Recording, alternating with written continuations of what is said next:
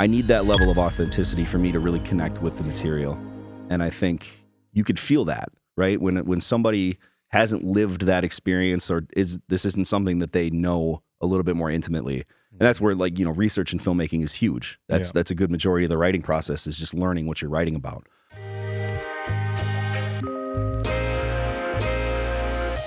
Welcome back to the Media Bolt Podcast, where we talk all things content creation. So no matter if you're filming with your cell phone or making big budget movies on a cinema camera, we're here to provide you with the practical knowledge for the next time that you press record. On today's episode, we've got our guy Cole Sheldon here. He is a writer, director here in the area, and he's going to talk to us about his upcoming projects he's got going on and some things that are already out that are making some waves. So thank you for coming, man. Of course, man. Thanks for having me. Dude, it's a pleasure to have you here and hop in, man. I guess just to get it started, I always start with this question: like, how did you get into filmmaking, and why is this your life? It's a great question, and it's something that I never really kind of saw for myself. Like, I never in a million years when I was younger thought that like film was a thing you could do. Right? It was just movies were what you watched, and I didn't like put together that people made them. I originally went to school for botany. So I went into college going to be an environmental landscaper. So like I would help people develop their new housing plan or like businesses' plots of land with like different plants that would help them save money on their energy bills. And then the first college botany class I took, I failed. So I kind of had to like reevaluate where I wanted to go with my life because I didn't understand the science of it. And I just sat down and like, what do I really enjoy doing? I like sports. I was a big sports guy. I played hockey. I was a track kid. And I shot skateboarding videos for my buddies because they were really good at skating. I wasn't getting any better. So I became the de facto film guy for the crew. And I was like, well, maybe I'll marry those two and I can go work for ESPN or CBS or whatever, you shoot Packer games. So I found some schools that, did that kind of production work. Dropped out of the UW system, went into the private college system and found some education that way, and then quickly realized that I'd hate that kind of work too. It's just not for me. And one of my very good friends, Jordan Biagumala, he introduced me to the 48-hour film project, where it's a timed filmmaking competition. You have from Friday to Sunday to write, shoot, and edit a 4 to 7 minute short. And we made this god-awful short film. It's like I'm not kidding, one of the worst things that's probably ever been written and filmed. But like the bug bit that weekend where I was like the process of filmmaking and storytelling like that, I was like, okay, I could see myself doing this for the rest of my life and never being bored. Right. So from there, it was just trying to find ways to be involved in filmmaking any way, shape, or form. So, DPing for other shorts, gaffing for my buddies. I'd hop on set as a grip or a PA just to be on a set. Right. And then I had a lot of mental health issues like later in my college years and ended up dropping out of school, moved back home, took myself out of the industry for a little bit. And when I got my head right, I was like, all right, it's time to come back in and do this again. And the 48 was sort of my way back into it. Got it. Because at that point I'd been dating my wife. We had a child already. So I had financial responsibility. I couldn't just jump back into freelancing. That scared me. I needed to know where my next paycheck was coming from. And then the 48 eventually evolved into, all right, now I'm feeling like I can get back into my own, like writing, directing longer form projects and starting to focus on that a little bit more. So that's the transition that's been happening over the last 2 or 3 years. Nice. So I think one of the big things we wanted to cover today, you have an upcoming film that you're working on called 5 More Minutes. Yep. Could you tell us a little bit what that is? Just a quick synopsis. So 5 More Minutes is the story of a woman living with late stage dementia. It's about her mind and her memories. So that story came about. My grandfather's been living with dementia for about 10 years. And my daughter, Sophia, she's only been around for about 8. So he already had memory issues when she came into the picture. He's never quite known who she is, but they love each other. It's insane how close they are because he has no idea who she is. He just knows this little kid shows up and she loves to spend time with him. We went to go visit him last year. And he's now it's very late stage at this point. He's getting pretty bad. And he'll have these episodes where he just completely shuts down. He glazes over, his body slumps in, and it's like he's shutting down for a recharge almost. And she noticed this last time, and it kind of really freaked her out. So as we talked about it more and I got her to open up, she was like, where do you think Grandpa goes? Like, what do you think he's thinking about when that happens? And I was like, that's a phenomenal That's a question. deep question. Right. Like for a 9-year-old, I'm like, right. so I had to come up with an answer for her that was, it wasn't just like, there's nothing going on upstairs, you know, because that's probably the reality of it is he's not thinking of anything. His brain is just catching up to his body. And then, but it sort of came to me one day, I was just doing the dishes over Christmas break and I'm like, what if he has this perfect day that he can fall back on? Like it's a, you know, this beautiful summer day. His friends are over, they're playing in the backyard. He's eating his favorite meals. He gets to hug his mom again, who he hasn't seen in, you know, 50 years. And I'm like, that's a very comforting thought for a kid. And the more I sat with it, the more I'm like, this is kind of more for me now too. Like, cause I needed that. I needed to feel some kind of, not hope, because there is, you know, he's not coming back, but a little bit of joy, a little bit of comfort in that moment. And it turned from just this idea for Sophia to feel comfortable to this could be really helpful for a lot of people. Yeah. So that's why I sat down and I wrote the first draft of the film. That was about a year ago. And now we're to the point where we're trying to build something out and get this thing shot this year. Yeah. So that definitely is very personal to you and very close to you, right? Absolutely. And why is that it's so important as a filmmaker to find stories that mean so much to you? I don't think that I could tell stories that I don't have an authentic stake in. I need that level of authenticity for me to really connect with the material.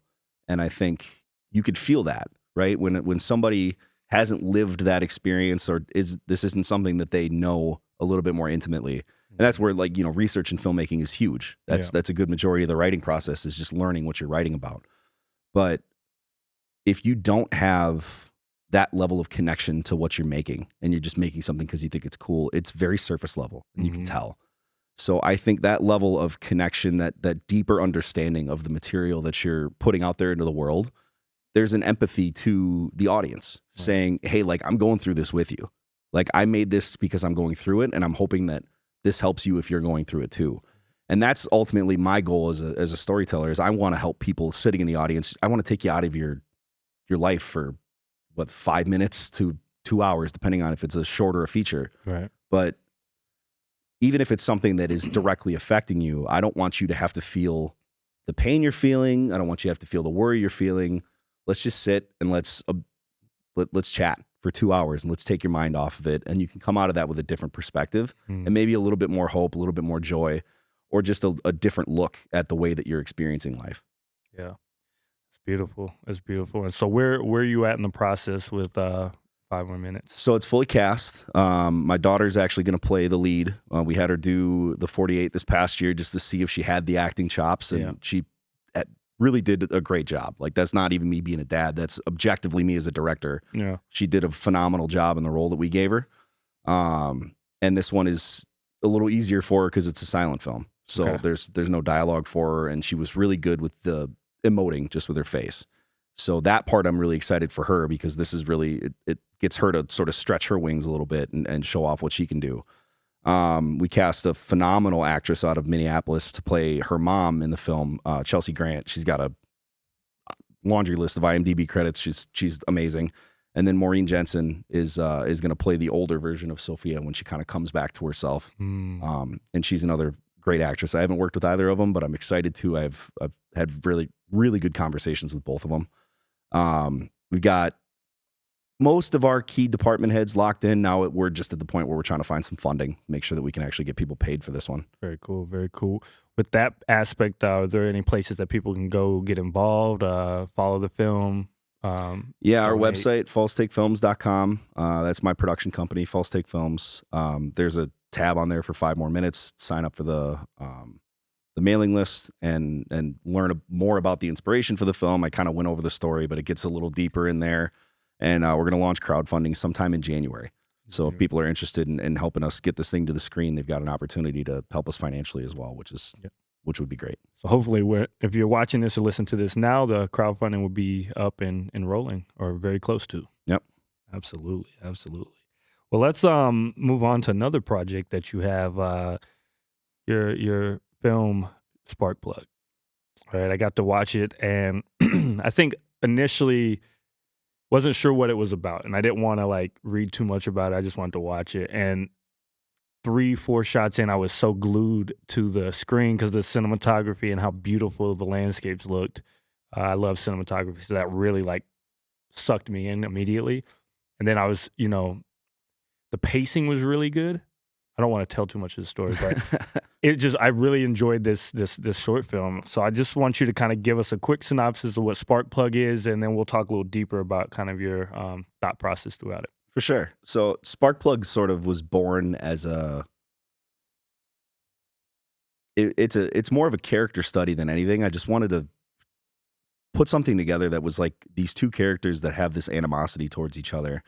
How can we get them to almost meet in the middle, but not have the true Hollywood ending where they kiss and make up and now they're back together. They essentially just get perspective from the other person in this life that they've lived since they've split apart, and now they can leave with a little bit of closure. It was basically born of like, it's all the thoughts you have in the shower the morning after an argument. Like, oh man, I should have said that. Or like that would have got him. Or like you let those fester for 5 or 6 years, and now you finally have a chance to say it. What are you going to say, right? And how does that conversation go?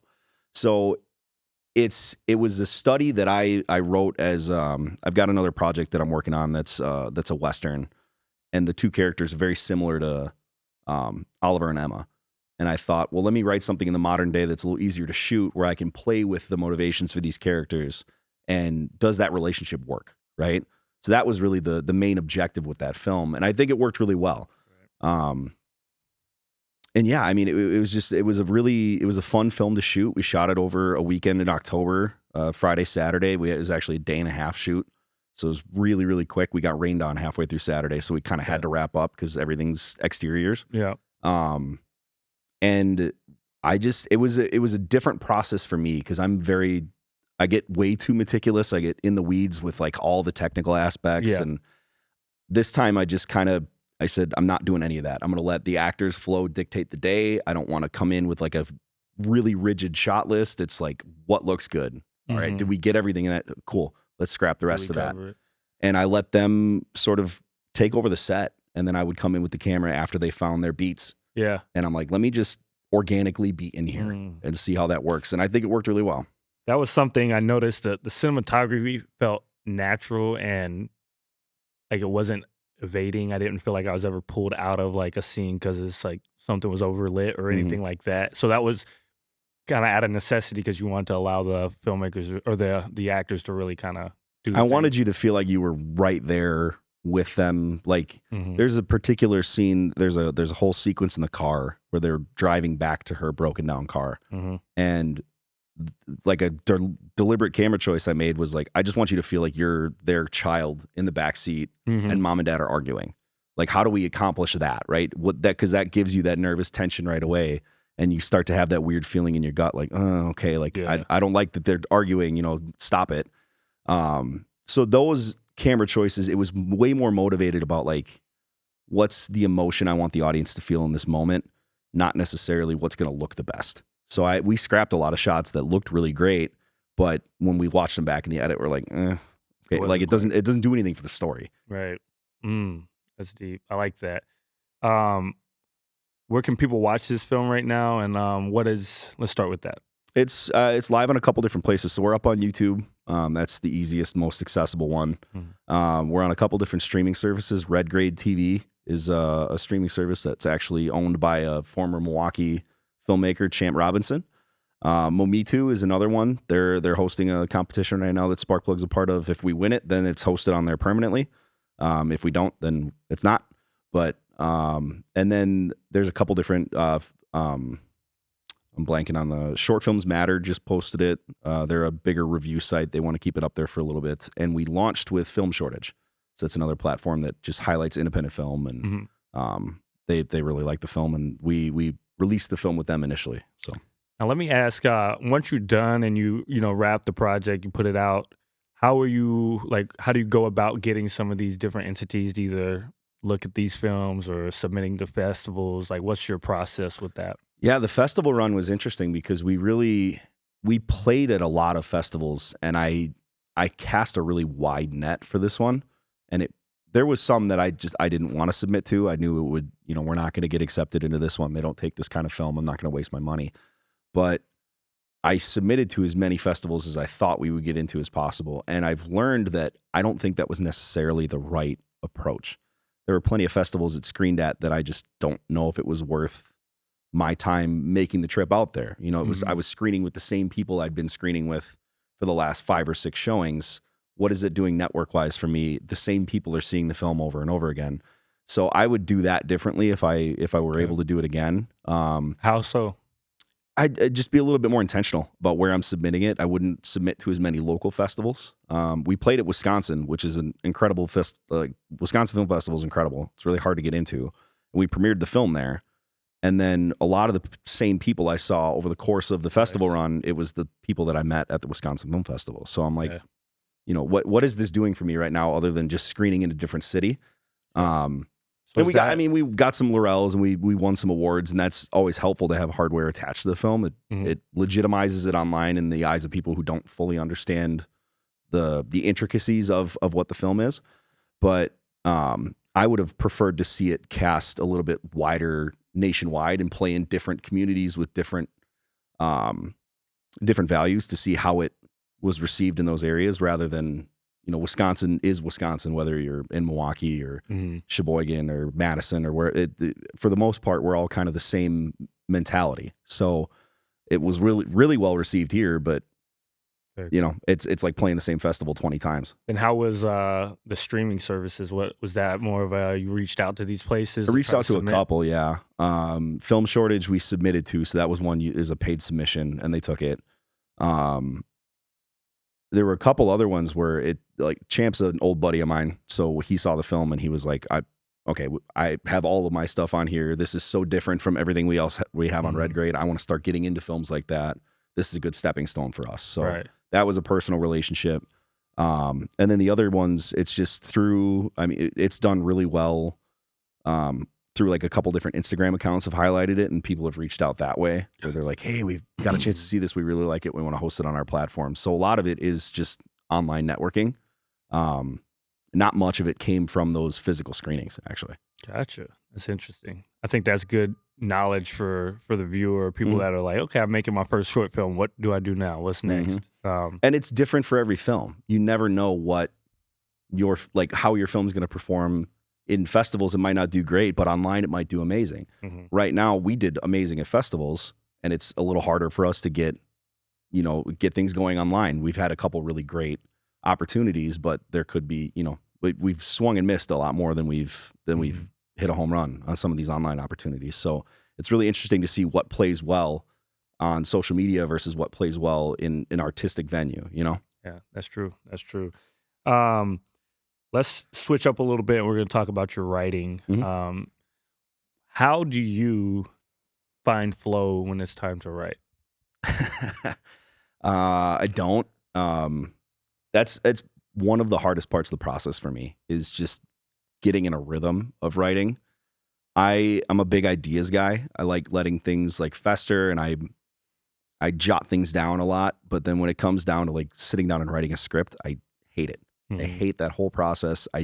Sometimes I just do it to I have to spit it out of me and just get it done. And then I can go back and refine and have people read it. And I put it away for a little bit, but the physical writing it out, I don't like the way that I write dialogue. Sometimes I don't like the way I write descriptors. Maybe it's just me being, critical of myself, but so I'll read a first draft sometimes and I'll be like, dude, what the audacity you have to think that you can be a writer after I read that, But then it's when you finally get it to the point where you're like, okay, yeah, this is what I had originally envisioned. And then you have some people read it and they really enjoy it and connect with the material. That's when you start to feel like, okay, that work was worth it.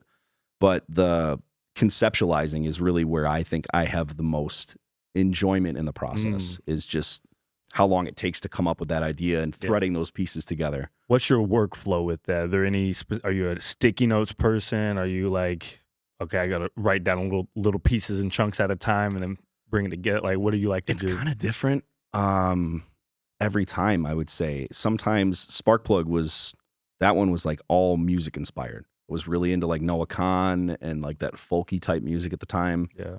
and that just it spelled itself out while I listened to that music. So I did a lot of driving, and I just listened to music in the car, and I'd come up with something, I'd stop, I'd jot it down on my phone, and I'd keep driving, and I'd do that for a couple hours every day, and just until I came up with enough ideas that I could. Oh yeah, this all makes sense now. Did you write that gas off for taxes? No, I didn't. I should have. And then for 5 more minutes, like I said, that one it's such a quick script that I came up with the idea finally, and it was so vivid and clear that I didn't have to jot anything down. I just sat down and wrote it. And I think I had the first draft done in like an hour and a half, and it was rough. I had to refine it from there, but the concept of it was down on paper. Yeah. And I'm like, okay, this is good. For the longer form stuff, I'm working on a couple different features, and I'm really partial to Blake Snyder's method from Save the Cat. So I like his beat sheet that he has, his 15 beats that help you kind of map out the story before you write the individual scenes. And he has like a 40 postcard board where you get 40 scenes total for your film, and that's it. So that's really good at it's easy to visualize, like, hey, I can combine these three things into one. It gives you something to kind of build a structure out of. Right. And then when you first see it up on the board, like you just write everything down on the postcards, put them where they're supposed to be, and you get 40 total, 10 per row. And you're like, there's 30 postcards in the first row and 3 at the end. All right, I need to add more of the ending and take more out of the beginning. So how do I repace the story that way? I think that's just a really helpful visual for me. Yeah. But I'm a very visual person. Yeah, I'm the same way. So I can close my eyes and think about how a scene goes, and then I'm like, how the hell do I share that? And that's what my struggle always is. So I'm the same exact way. I think that's great, because then you can go lock yourself in think tank in a room, because now you have something to kind of push it around. That's cool. Yeah, I'm the same exact way, because I see things so vividly. Like when I'm listening to music or I'm reading a book or what, like it's there. I can see the movie right behind my eyes, and then trying to re-articulate that down into. I can talk about it. Yeah. I could probably pitch you a whole movie right here for the next hour. Right. But if I try to write that down on a piece of paper, I wouldn't be able to come up with the words. And I don't know why there's that disconnect between my mind and my hand. I have no idea. But that's the part of it for me that's really difficult, is making it accessible to other readers. Right. I've had to I like to do the director pitches, because I can kind of visually start to map out storyboards and just cinematography or just the look of it, because that helps me to kind of help the story and tell the story. But I like that method for writing, because I think I have a big problem of I have this, sit down and try to spill it out. But then I guess at least there you can build all that, then write as you go. You know, you can, because you kind of have everything. And sometimes you just throw it out the window the second you start writing too. Like you do all that prep work, and then as you write first 10 pages and you're like, oh, okay, the story's going in a completely different place, but you had enough work up front to know, all right, I want to start here, I want to end here. These are some good ideas along the way.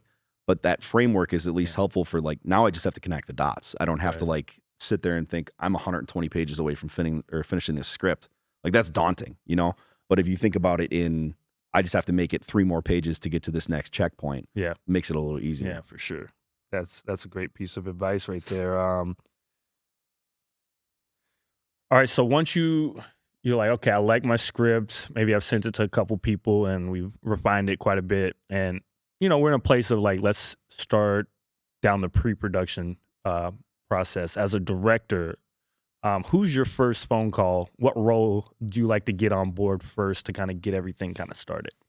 I really like to work with the actors right away. I want to make sure that the people that are connected to these characters have as much time up front to talk with me about their ideas, and we have the ability to bounce things around.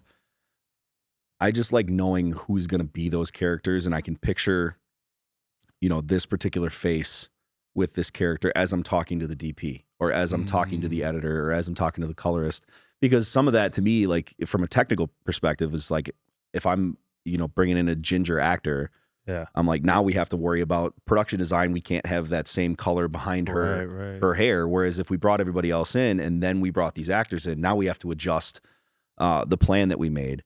But more than anything, it's for if you can find those characters, to me, that just makes it real. I can have a DP and the producer and sound guy and editor, colorist all locked in. But until I have the people that are actually going to tell the story on screen locked in, it doesn't feel like a real project to me. Yeah. So I really like to get them first. And then I like to start probably with the DP after that, because that's the relationship to me that's going to mean the most on set.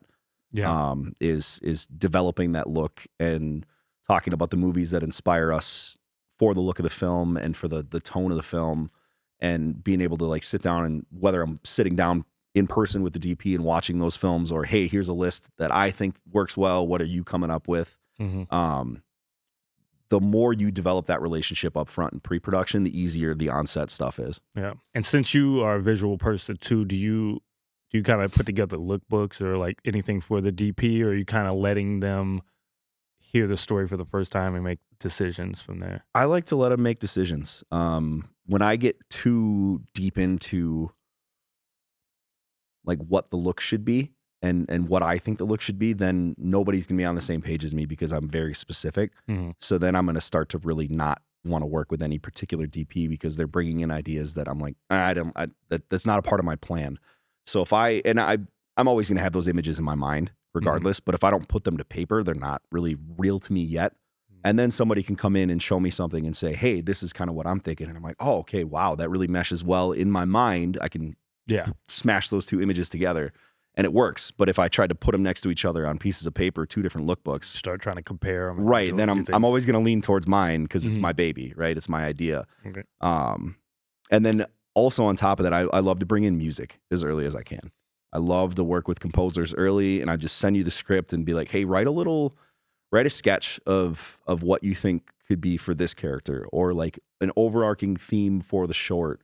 Write something that you think, what is the tone? Because if I start to get too granular into what is the particular type of music, do we want to go orchestral? Do we want to have more synthesized music? Do we want to have is there lyrical stuff involved in this? If I get too into that early, then again, I'm not going to like anything the composer comes up with. So if I let them read it and bring me something new and fresh that I can hear for the first time, and like hear it when I'm reading the script, then I start to fall in love with the style that they come up with for the film. Makes it a lot easier for us to work in the back end and tweaking those songs and pieces to really fit the tone of the film. I like that, man. Music, I think people wait to the end for that most of the time. And I think that you miss out on an opportunity to like have that feeling be a part of the production. Absolutely. And I think that goes a long way of like even setting the intention of your crew and just everything, trying to have that like that vibe on set as well, which I think is very important for a project. And I've worked with the same composer for the last 5 or 6 films I've put together. So like, I found him and I don't want to let him go. I love Joey O'Connor. He's a beautiful mind. This kid's an amazing musician.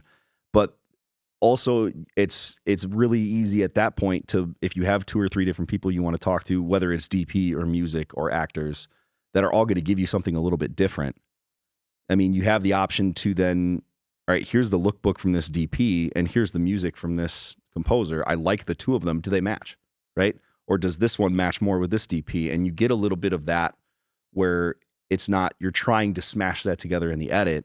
And it's like, oh man, this isn't working. Now we got to go find another musician. Or you're on set and you're like, okay, now like it's not living up to my expectations DP wise. You can iron all that out beforehand. And on top of knowing who your characters are going to be, I mean, it makes the on-set stuff so much more fun, because then you can experiment. Then you can go out there and play. And it's not as much like stressing to make sure you're getting the shots. It's, we know what we're going to get. We know exactly the look we want. Now let's go out there and let's experiment. Let's try something new. How do we make this look fresh? Definitely. What is your approach of working with new actors? I mean, do you work with similar people a lot, or are there times where somebody else is coming in, like you've never worked with them before? What's your approach early on with them getting into the material? I love working with new actors and new in both ways. So a new actor in like a professional actor who's been doing this for a long time, and it's a new face for me to work with, just because I like building those relationships and I like new perspectives coming into the way that I'm going to tell the story. And I also like working with people who have never acted before. That to me is so much more fun, because those people have no preconceived notion of what their character is supposed to be. They have no, for the most part, no formal training in the way that they're supposed to act. So I can get them to do anything and everything in different ways. Right. And they don't know any better. So it doesn't feel awkward or odd to them to try something different. And a great example is my good friend Rene David Gauthier. He's officiated my wedding. He was my boss at Best Buy for the longest time. That is a fire name. Can you say It that is. again? Rene David Gauthier II. An amazing name. He had never acted before, and we needed somebody for a 48. And I just called him the night before, and I'm like, hey, you're going to play a grizzled caretaker at this old theater. And he came in, and he was willing to try anything. He just was like excited to be on set. He thought it was so cool. Mm-hmm. And he got a Best Actor nod in his first performance ever, because it's like it's more real in certain instances. Now there's certain characters with like heavy monologues and the more Shakespearean sort of professional acting stuff. You don't want to throw somebody who doesn't know what they're doing in there. Are you thinking about that when you're writing things or when you're putting them together? Like, this character, I can maybe put somebody that's a little more fresh into the game. I can find somebody to fill this role versus like, I need somebody that is super experienced for this role. Sometimes I know who I'm writing for. Like when I wrote 5 More Minutes, I knew I was writing it for my daughter. So I tried to write something that was a little bit easier for a kid to act into. But also building we're building the entire experience around just letting these kids be kids.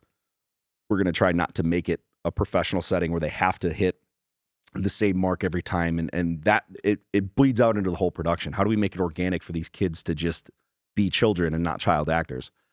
But for when I'm thinking about individual roles, I usually, if it's a heavy dialogue role, I am writing for somebody who has a little bit more experience and is going to be able to give me something a little bit more.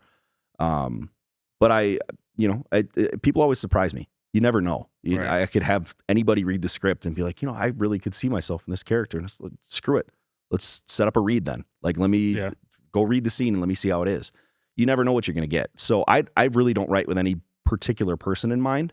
I just try to make things as authentic as I can, because the more authentic it is, the easier for the average person to connect with it, but also the more latitude you give a really, really good actor to sort of lick their chops and be like, this is going to be a fun role. Let them cook a little bit. Exactly. And that's the biggest thing. You just got to surround yourself with people that can just eat, Yeah. And when they can, and you give them the opportunity to just go out there and kick ass, it's magical. It's magical what can happen, man. Yeah, when you find that team or that group that are all seasoned professionals, or not even seasoned, just hungry, Mm-hmm. and then you give them like you said, the latitude, you give them the open space to do their best and do what they know. I think as a director, that's the best feeling, when you can just look and you say, it's so freeing, man. Everyone is kicking ass. I can just go focus on leading us to the promised land, kind of thing. Like, right. And it's to the end mark. That should all be set up before you even get on set, like it's getting on it. I always equate it back to sports. Is like, the game should be fun. Practice is where you put in the work to make sure that you're set up to just go out there and do your thing in the game. And I look at that the same way. Like, pre-production, that's practice, right? Yeah. We're doing the rehearsals. We're getting all this stuff locked in. The look is locked in. So when we get on set, we practice this, right? Just get out there, do your thing, and let's go try something new. Let's go try something exciting. Let's see if we can pump the crowd up a little bit. That analogy, I think, really works well. Absolutely. And it's so much fun when you have it locked in like that. It's just, I always have a blast on set. And making short films, you get what, maybe 6 or 7 days a year where you really get to go out there and do that and have fun. So you have to make sure that you nail it. You have to make sure that you're setting yourself up for success, because you don't get many chances to shoot. Even in features, you're getting 20 some days a year out of 365. Yeah, that's beautiful. I love that analogy. So you've done a lot of 48-hour film festivals. Too many. What are some things that you've learned that have made you a better filmmaker overall from those experiences? The 48 really taught me to not be super precious about anything. Like, I am a very meticulous person. If you give me a year to plan, I'm going to be planning until a day before we shoot. Yeah. But sometimes the 48, you don't even have time to put a shot list together. You're just so tired at the end of the night because the script took forever to write. It's 3 a.m. Everybody needs to get some sleep. I'm not going to sit up and put together a shooting schedule. I'm just, all right, we've got the script. Everybody knows it. We've gone over it a billion times. Like, we'll figure it out when we get there. Yeah, you know, let's cover as much as we can. So, and yeah, that gives you the opportunity to really learn how to kind of fly on your feet, right? Like we're flying by the seat of our pants every single time we do one of those. You maybe have time to plan every once in a while. You get a rudimentary shot list in, but again, it gives you a lot of opportunity to go out and play. Mm-hmm. And that's what I really loved about that competition was every film was an experiment. You know, you get put in a situation because they assign you genres and they assign you all these things where I'm making a film that I would never have made, Mm-hmm. you know, in my normal wheelhouse. One of the ones I can think of, my film Capital Games, is it's almost like a slapstick comedy. Mm-hmm. And I never in a million years would have gone that route. And I just had the rest of the team, they're like, we're not doing something dramatic. This is calling for funny. And I was glad they did it. You know, the film didn't do as well as we wanted it to, but I never would have stretched that comedy bone, or comedy muscle is the way that I should put that. Never would have stretched that comedy muscle had that opportunity not come through because we were forced into it. Yeah. And then I just got to go out there and I'm like, oh, I don't know what I'm doing because I don't make comedies. So I'm just going to go out and try a bunch of stuff. Let's see what's funny. Let's see what's not. And that gave us the opportunity to just not, like, there was nobody was precious on that set. Everything was willing. We could scrap anything we wanted. People's characters were getting changed constantly. We were changing names halfway through the day. I mean, it was a fun way of filmmaking. But at the same, then the edit was a nightmare because then you're trying to piece all that together, right? Yeah. But that's the nature of it. Sometimes, you know, things change so much on set that you gotta adjust your plan. So the 48, back to the sports analogy, is almost like your off season where you get to go toy with a new mechanics, or you know, try a new jumper, or you know, I'm gonna change my 3-step drop to a 5-step and see if I can get my timing right. Or like it really is. It's a way to sharpen some of those tools. And there is times where you get to fall into your wheelhouse. Like I do get to do dramatic stuff, and then it's okay. Now that's an opportunity for me to test out new actors. Let me work with this new composer because it's a lot less risk. It's very low risk, and it's like, you know, if this doesn't work out, it cost me a weekend and $150. You know, it wasn't this year of my life I spent planning this short, and I'm not getting what I personally need out of it as an artist. I like that. I like that. Just let you continue to build the toolbox, grow the team. Do you have a group or a team that you like to work with a lot on the 48? You're like, hey, every time we're gonna lock in together for this. Yeah, I mean, that gives me an opportunity to just hop out with my buddies too. Yeah, every once in a while. So I like to work with David on those ones a lot. He acts in a lot of those. My buddy Christian is always hopping in on those as an actor, because again, a lot of times the other stuff I write, you know, I'm not writing for them. Yeah, I'm writing a role that makes sense for the film, and then I'm like, man, I'd love to have Christian in this, but I just don't think it's a good fit for him. Whereas for those films in particular, I know those are my two actors, so I can write to their strengths, and then build the story around these two, you know, really great performers, and how do we change up what they did last time, because it's been the same guys for the last 3 films. So now, how do we make their relationship different? How do we make the dynamic different? I feel like that makes that film stand out a lot more when you have some actors that are solid, and once you have that, everything else we can kind of live with. You know, the other things, because obviously you don't get the time to light it exactly how you want it. Block it and do all this. And that's, man, I like building off a natural light anyway. It's something I just like authentic looks. I don't like things to look overly produced. I don't like things to look overly clean. You know, I don't need a perfect Rembrandt on every single shot. If it looks good and it looks motivated, that's good to me. And that, I think, is really something born from the 48, because it's out of necessity. It's out of speed. Yeah. You know, you have to do it that way. Very cool. Very cool. So for you, what does a dream project look like for you? Let's say you got all the resources in the world. Man. Like, is there something that you're like, man, yeah, that's what I'm trying to do? I don't know if I have an answer to that, really. I just want to tell stories that connect with people emotionally. So whatever the vehicle is for that, like, it could be, I'd love to work on a Star Wars film. You know, like, I'm a big Star Wars guy. So if I had the resources and opportunity to do that, but I wouldn't want to do it just to make it Star Wars. Like, the story would have to be right, you know? Right. So I really connect with characters that are striving towards something that they think they need, like, desperately. And, along that journey, if things change and they realize, that drove me to this path, and I put me on the path I needed to be on, but here's what I ultimately want. And I think that's because it's really kind of the way that my life has gone. I thought I was going in one direction, and that direction, there was a lot of little splinter paths that I could have taken, and you meet all these people along the way, you have all these experiences, and then finally I realized I went off that path a long time ago. Yeah. You look back and you're like, oh, okay, that's way back there now.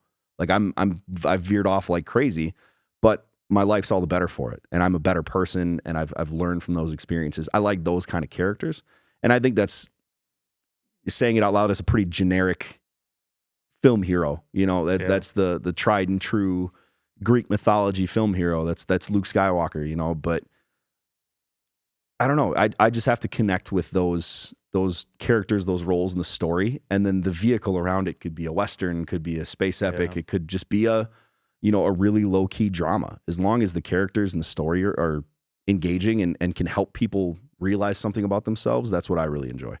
Have you ever had to write, or have you ever written something that was really engaging for two characters and swapped out the theme and changed out maybe their motivation so they could work as a Western versus a sci-fi or something? That's kind of like... That's kind of how Sparkplug was born. So those characters were initially, it's a a bounty hunter and a farm girl. Yeah. And it turned into, somebody trying to get away from their old life and somebody who's trying to hold on tightly to what they have.